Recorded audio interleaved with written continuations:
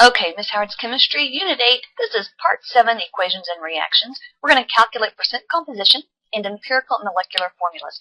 And we're going to do this pretty quickly because the OU A&M game is about to start, and OU needs to whoop up on them. All right, Roman numeral number 5 on your notes, empirical formulas, molecular formulas, and percent composition.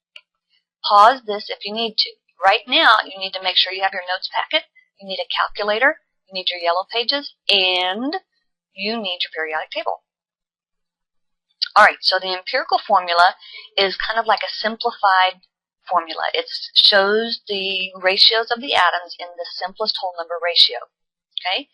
And almost all of the inorganic compounds that we work with are already going to be in this form. It's really only the organic covalent compounds that you have to worry about. Okay, so we have ionic compounds, and remember that ionic compounds are metals bonded to nonmetals. They transfer electrons. They're almost always empirical, and that does a lot. That's most of the stuff we deal with. Covalent compounds, a lot of the covalent compounds, remember those are the nonmetals bonded to nonmetals, and they share their electrons. They don't mind sharing with each other. Many of them are in the empirical form, but many of them aren't. Like CO2, there's one C to every 2 oxygens, but C6H12O6, you could simplify that, but it's not simplified because it's showing the real ratios and numbers of atoms in the smallest piece of a compound, and that's the molecule. Alright, so most of the inorganic compounds that are covalent, most of the inorganic compounds that are covalent are going to be in the empirical formula.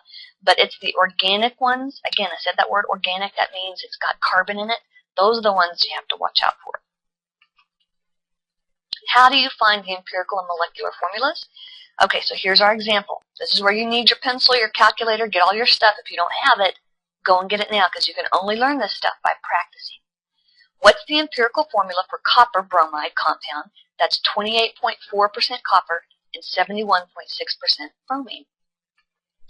Number one thing you need to do to make our lives much easier is to assume you have 100 grams of this compound.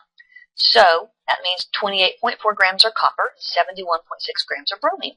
Just makes things easier. So we don't have to deal with the percent sign anymore. We have grams that we can work with. Step 2, convert grams to moles so that we can get a mole-to-mole ratio. You can't do anything with the grams when you're talking about calculating in chemistry. You always have to change the grams to moles. So we had, let me backtrack at one, we had 28.4 grams of copper and 71.6 grams of bromine. 28.4 grams of copper. Oh, yeah, go to the next one. There we go. So we have, hey, cut that out.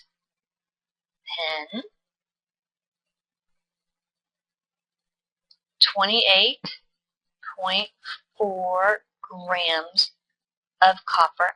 I want yellow. So let's just change the, hey, cut that out. I need this to change. Can't I change it? Oh, there it is in color to yellow. And we had 71.6 grams of bromine. All right, how do I change grams to moles? Write down what they gave us, draw the grid, use the formula mass, okay? Because if you have 1 mole of copper, it will weigh, according to the periodic table, 63.5 grams, okay? And then for the bromine, you set it up the same way. For 1 mole of bromine, it will weigh, oops, I don't have my periodic table with me here. Let me see if I can pause this and things won't get messed up. Whew, I don't know how to pause this. Yeah, I'll pause it and it'll get all messed up. I'm not going to pause it because, you know, it'll stop working. So excuse me for just a moment.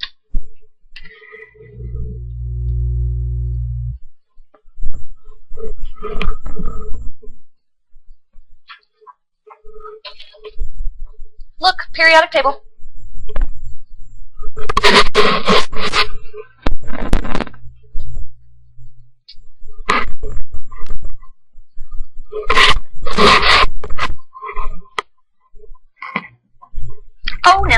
Are you dizzy? Woo. Okay, so for bromine, on the periodic table, bromine is 79. Let's just go with 78 grams. 78. Cut that out. Oh, I'm looking at the wrong thing, aren't I? Here's my bamboo. So, 70. What did I say? 79. Oh, so let's just do 80. 80 grams of bromine, and there's... Alright, so you're going to multiply across the top and divide by what's on bottom. So 28.4 grams times 1, y, divided by 63.5. And you get 0.447 moles of copper. Yeah? And you do the same thing for bromine. 71.6 divided by 80 equals 0.895.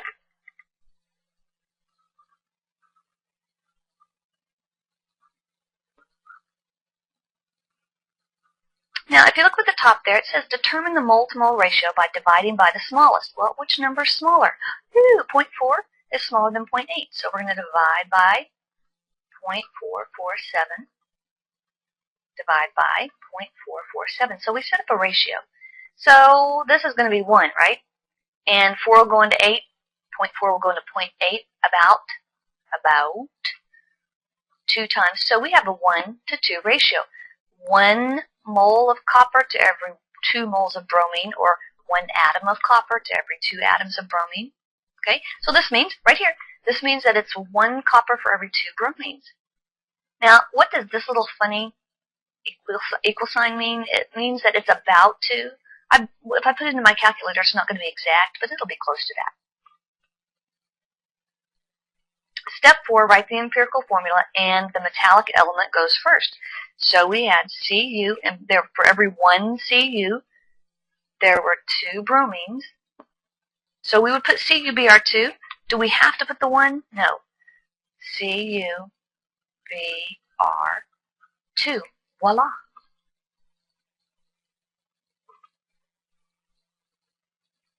Okay, molecular formulas. Molecular formulas are a little bit more complex. Molecular formulas are the ones that tell you the actual number of atoms in a molecule. So C6H12O6, you guys know, is glucose, and it actually has in one molecule, the smallest piece of glucose you can get, it's going to have 6 carbons, C6, H12, 12 hydrogens, and 6 oxygens. Okay, that's good. It's not going. Tell me it's not frozen. I'll just go down here. Okay, so that's the actual formula. It's unreduced, it's unsimplified, or anything at all. It's the actual number of atoms in one molecule of the substance. Okay, so for example, the empirical formula for vitamin C is C3H4O3. That's the empirical formula. That's not the actual number of carbons, hydrogens, and oxygens in one molecule. The data indicates that the molecular mass of vitamin C is 176 grams per mole. So when they added up the actual formula mass, you know, they got all the little elements and added them all up the way they're supposed to, they came up with 176. What's the molecular formula for vitamin C? Well, we can skip steps 1 through 4 because they already got it. They just handed us the empirical formula. So we can move on to step number 5. And step number 5 is that we need to calculate the molar mass of the empirical formula. So I'm going to go back one. Your empirical formula was C3H4O3 according to the problem. C3H4O3. So we have C3, oh, that's a C, C3H4O3.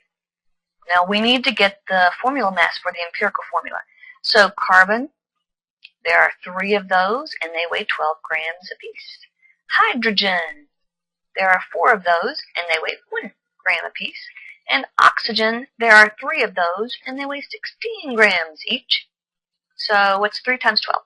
36 grams. 4 grams. And let's see, 16 and 16 is 32, plus 16 more, is that 48? 32 and 16, I think that's right, 48. If it's wrong, you can just tell me about it later, okay? So we have 10, 18, plus, is that 88?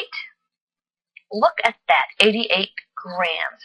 That is the molecular mass for the empirical formula. Okay, so we go on to our next step. Maybe we go on to our next step. Maybe. Oh, look, I have it written down there. Let's see if I was right. Is it actually 88? Woo!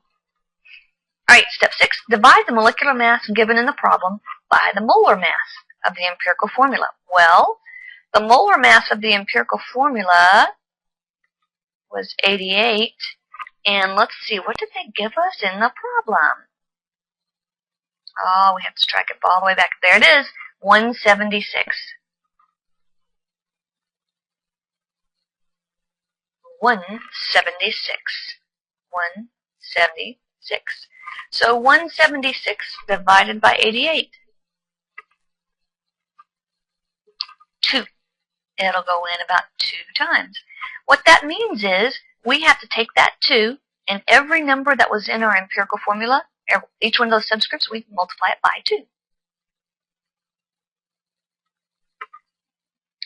So there we go. Let's move on. Move along. So that means we take C3H4O3, and it's 3 times 2, 4 times 2, 3 times 2, just like in the problem right there. And we find that's the real molecular formula. So it's C6H8O6. So that's how you do the empirical formula and the molecular formula. Again, we usually only have to worry about these empirical formulas for the organic compounds, not the inorganic compounds that we mostly work with. So we'll do a few of the molecular formulas and that's it. Okay, next one, the molecular formula for antifreeze, that's ethylene glycol, is C2H6O2. What is the empirical formula? All you have to do when you go from the molecular formula to the empirical formula is simplify it. So if you look at C2H6O2, 2 will go in there 1 time, so we have C1. 2 will go in there 3 times, and 2 will go in there 1 time, or CH3O. Never, ever, ever drink antifreeze. It's poisonous. Now you know. Okay, so sure enough, calculate the percent composition, empirical formulas, and molecular formulas there. Ah, that was just a thing of beauty. It worked wonderfully. Yes, I